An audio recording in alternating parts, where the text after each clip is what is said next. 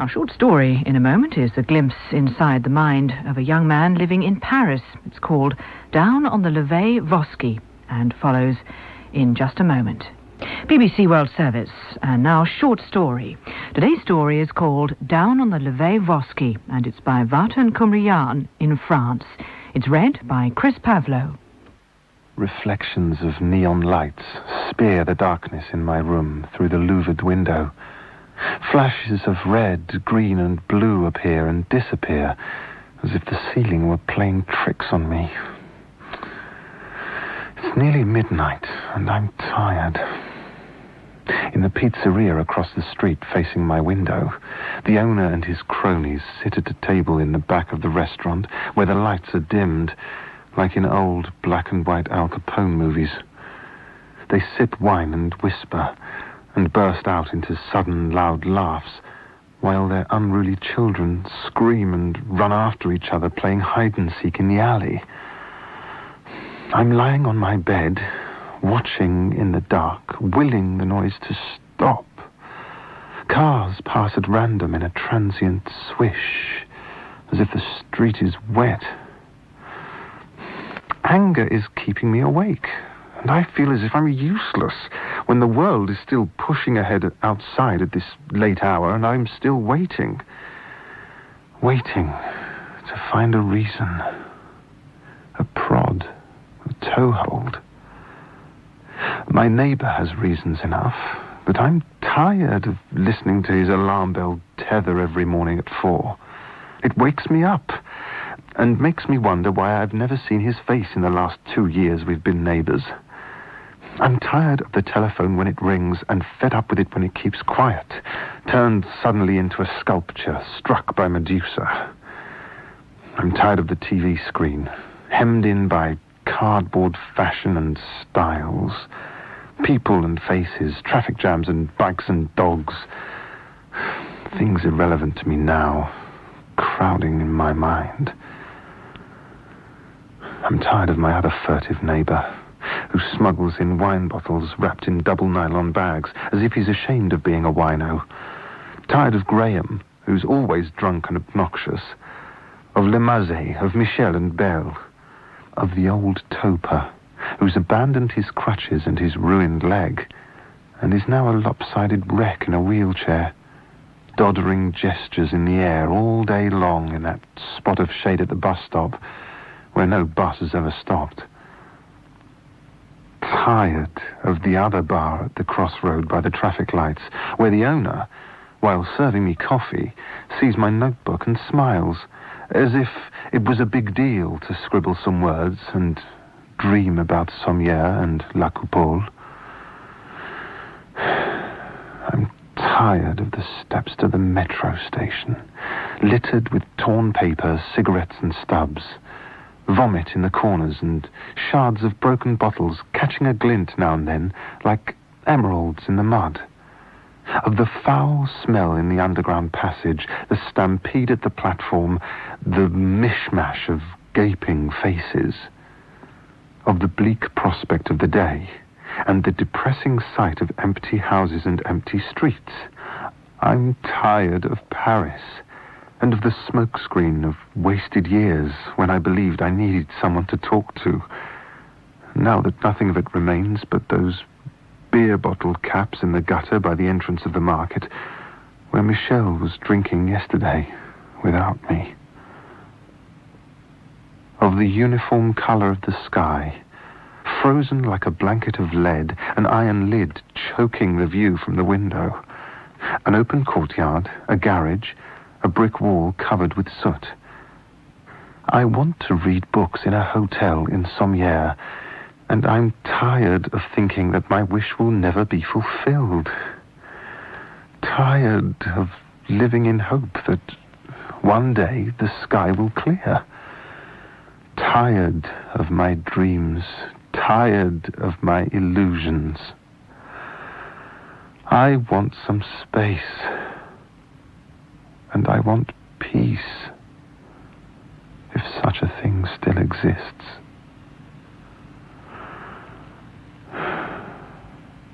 I can't recall a day in my childhood without seeing my grandpa, reading his newspapers or books to the serenade of crickets and songbirds, in the shade of the pine trees in our garden back home, or under the arbor of vines that he pruned each spring, or beside the shack where he stored his gardening tools and bits and pieces. Sometimes, when the weather didn't permit him to go and sit outdoors, he stayed in bed to read. By his pillow there was always an old book without a cover, its pages held together by fine white threads that hung loose at both ends. Its moth-eaten corners chafed yellowish pages like an old parchment or a crazed old map, with tiny tinctures of rust like fly specks, made me think that it was a Bible. His glasses were kept tucked away under the pillow. Under the mattress, he kept a notebook with old photos in it, and dates, sketches of the landscape round our home in Savas, and entries going back to times before I was born. My memories of these days with Grandpa are of the times before the start of the war in Beirut in 1975. By then, I was in my teens. I remember how, as a small child, every morning I would tiptoe to his bed by the window, the cold tiles on my feet like ice, prompting me to huddle quickly by his side. There was enough space for my brother, too, but one day he stopped joining us, thinking, no doubt, that he was growing up and that the yarns of Grandpa were not enough anymore to capture his fledgling expectancy of the day. Indeed, when you're small and wanting to grow up fast, nothing seems to be big enough to fill your curiosity. Nothing seems able to match it.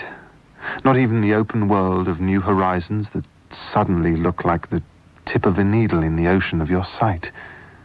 Even life itself can't conquer your overwhelming desire to find out more. The stories my grandpa told me were about the first big war of 1914 to 1918. He told me about his exodus through Turkey from Armenia to Greece before he reached Lebanon by ship, like one of the refugees we still see on the news these days. Maybe they were stories that he'd only read about, that he recounted later, things that did not happen to him. But maybe some of them were true, events from another time. Maybe mendacity didn't exist in those early days when the world was so green, so different, so easy to believe in, despite wars and pogroms. I was 6 or 7 years old, cuddled by his side, listening. The curtain of the window was drawn back, the sky like a screen in the mysterious sheen of dawn, mercury-like and fluid, that made it look so vast and so close, tantalizing but unattainable, like the dreams I had as I listened to him.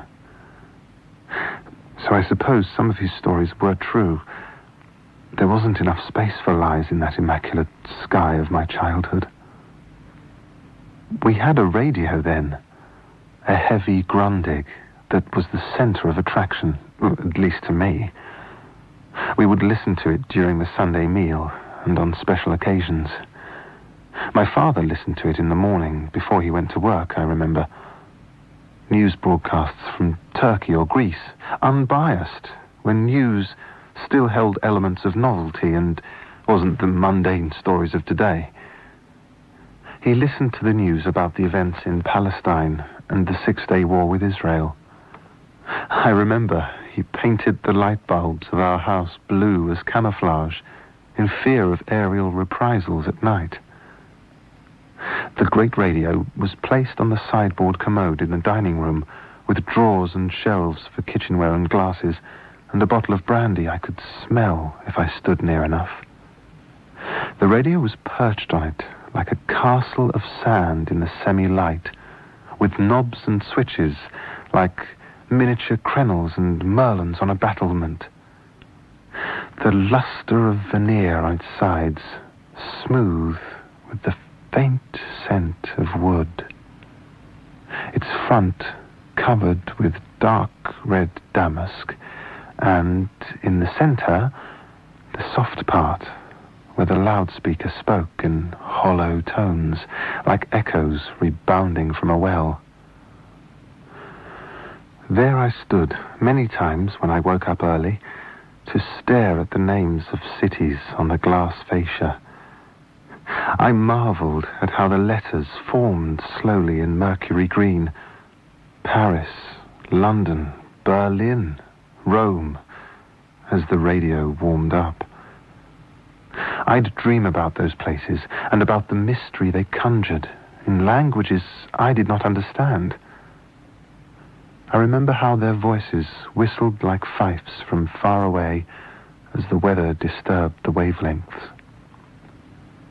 I would stand there until my feet were numb and cold, feeling sad, thinking that all of these voices would remain a mystery to me, a mystery I would pine to understand for the rest of my life. Then, the moment I turned the radio off, the voices escaped, disappearing, and I was left alone in that empty room, thinking that maybe it was time to join Grampa for another tale. For me, he will always be reading there on the veranda. I see him shaded by the arbor vines that climbed to the roof on ropes fixed in the stone parapet of the garden. The frame of the trellis work was supported by dry eucalyptus branches, like slender statues carved in extraordinary shapes, held fast in the iron bars of the pillars, like fingers in a firm grip that were hard for me to bend. The branches reached high against the blue sky, set against a green carpet of vine leaves gambolling in the breeze, with ripe crimson grapes, hanging like trophies, sweet-flavoured, wild honeycombs. Sometimes he sat in his pyjamas in his favourite nook, the Mediterranean so close, panning in molten sparks in the sun and sky in front of him, for long, peaceful hours. These times were hard for me to bear when, sometimes, he nodded slowly, and I knew he was about to cry. "Ah," he would say in a feeble voice, "what a wonderful thing it is to read." And, nodding, he'd place his hand on my shoulder and lean on me to help him up, looking at me as if embarrassed and shy, and I would see tears in his eyes. I would wonder what he meant, and, puzzled, I would open the book to see nothing but words. Yes, those were the happiest moments of all. And now I see why. As we walked to the bar the other day, Stephen told me what it meant to him to see God. He said, when you read a book and see yourself in it, that's what he means. You can see him, and he cannot hide.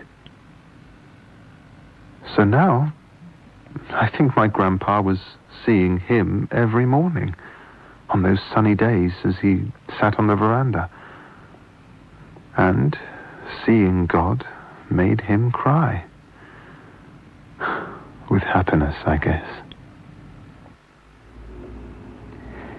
Down on the Levee Vosky was written by Vartan Koumrouyan and read by Chris Pavlo.